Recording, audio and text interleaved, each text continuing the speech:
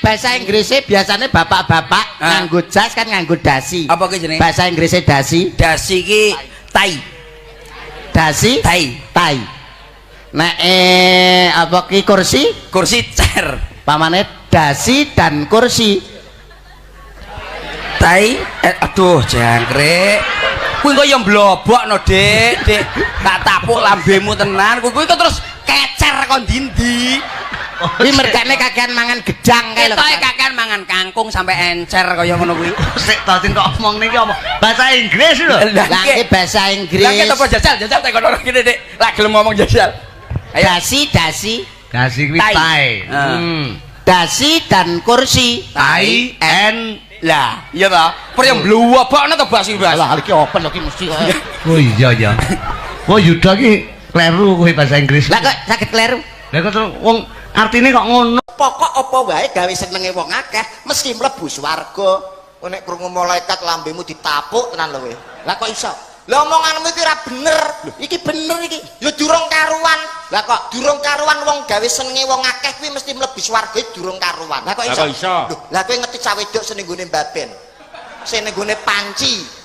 Kuwi wong wedok gawe senenge wong lanang gek murah 200.000 rong dina rewengi sak pijete. Kuwi jajal sampe mlebu swarga ora celuk-celuk kowe. Kok parake rono. Lah kowe sahur ana ngarepe baben to? Wis aku sore liwat karo cah wedok rambutnya dawa. Piye? Bar keramas lha aku liwat disapa? Piye? Mas, Tanjung Perak kapale kobong. Apa piye? Monggo pinarak kamare kosong.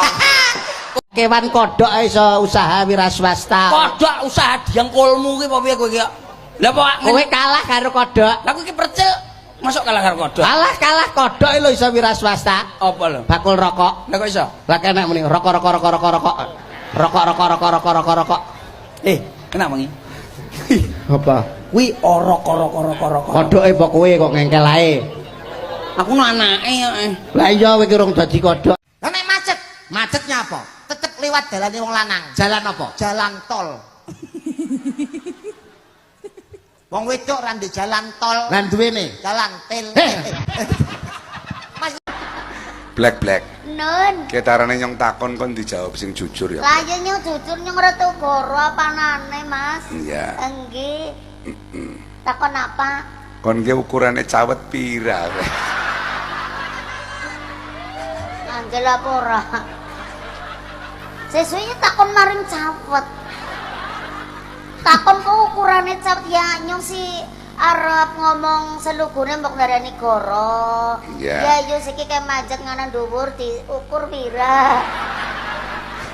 Kok nyong anu gelem iki. Karo dalang kondang tuh dadi melu kondang. Iya ya. Anda ya umum lah cawete nyong. Iki bolongane Yana. Bolongane Yana. Kepengin ngerti? Kepengin ngerti bolonganku? Gimen. Ngerti kepengin ngerti napa mboten? Ora. Wedi mbok.